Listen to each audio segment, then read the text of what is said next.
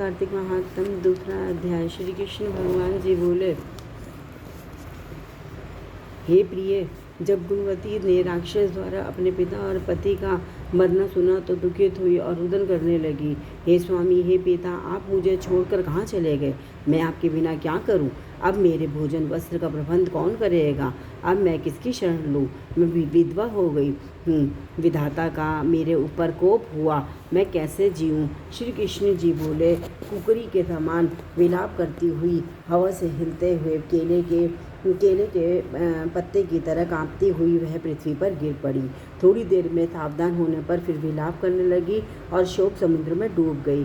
उस गुणवती ने घर की सब वस्तुएं बेचकर यथाविधि से अपने पति की पारलौकिक क्रिया की और उसी नगरी में विष्णु भगवान की भक्ति में तत्पर होकर इंद्रियों को वश में कर शांति से रहने लगी और मरण तक एकादशी और कार्तिक मास के व्रत आदि करती रही। हे प्रिय, यह दोनों व्रत मुझे अत्यंत प्यारे हैं, जिसके करने से भोग और मोक्ष की प्राप्ति होती है, पुत्र और संपत्ति मिलती है। कार्तिक की तुला राशि पर सूर्य निकलने पर महापापी जो भी प्रातःकाल स्नान करते हैं वे भी मुक्ति को प्राप्त होते हैं। जो मनुष्य स्नान, जागरण, दीपदान और तुलसी का पालन करते हैं वे विष्णु के रूप हैं। विष्णु भगवान के मंदिर में झाड़ना, सतिया काढ़ना और विष्णु की पूजा आदि का कार्य जो मनुष्य करते हुए जीवन मुक्त होते हैं। इस प्रकार वह गुणवती हर एक वर्ष कार्तिक व्रत और विष्णु भगवान का नित्य ही पूजन करती रही। एक समय वृद्धावस्था के कारण दुर्बल होने से, रोने और ज्वर से पीड़ित होने पर भी गंगा स्नान को गई। ज्यों ही पानी में उतरी, जाड़े के मारे कांपने लगी।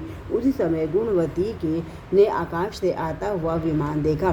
शंख, चक्र और गदा, पद्म आदि आयुधों को लिए हुए विष्णु के रूप धारण करने वाले पार्षद गरुड़ की ध्वजा वाले अप्सराओं से युक्त ऐसे विमान में बिठाकर वैकुंठ को ले गए। प्रदीप्त अग्नि के समान कीर्ति वाली गुणवती विमान में बैठी हुई कार्तिक व्रत के प्रभाव से मेरे पास आ गई।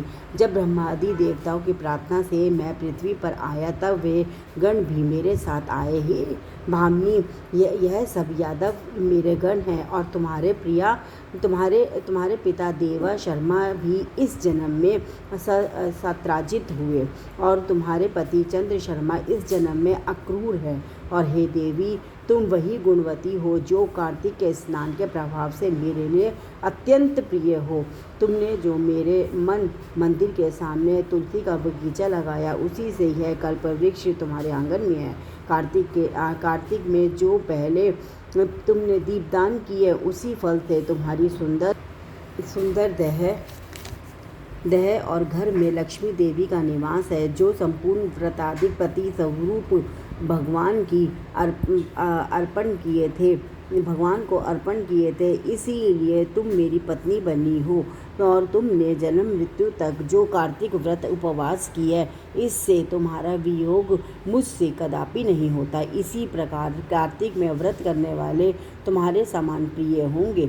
सूत जी बोले, सत्यभामा जी अपने पूर्व जन्म का सब हाल जानकर बड़ी प्रसन्न हुई। कार्तिक मास महात्म दूसरा अध्याय संपूर्ण हुआ। हरे कृष्ण कृष्ण कृष्ण हरे हरे, हरे राम राम राम हरे हरे। विष्णु भगवान की जय, लक्ष्मी नारायण भगवान की जय, कार्तिक मास महात्म की जय।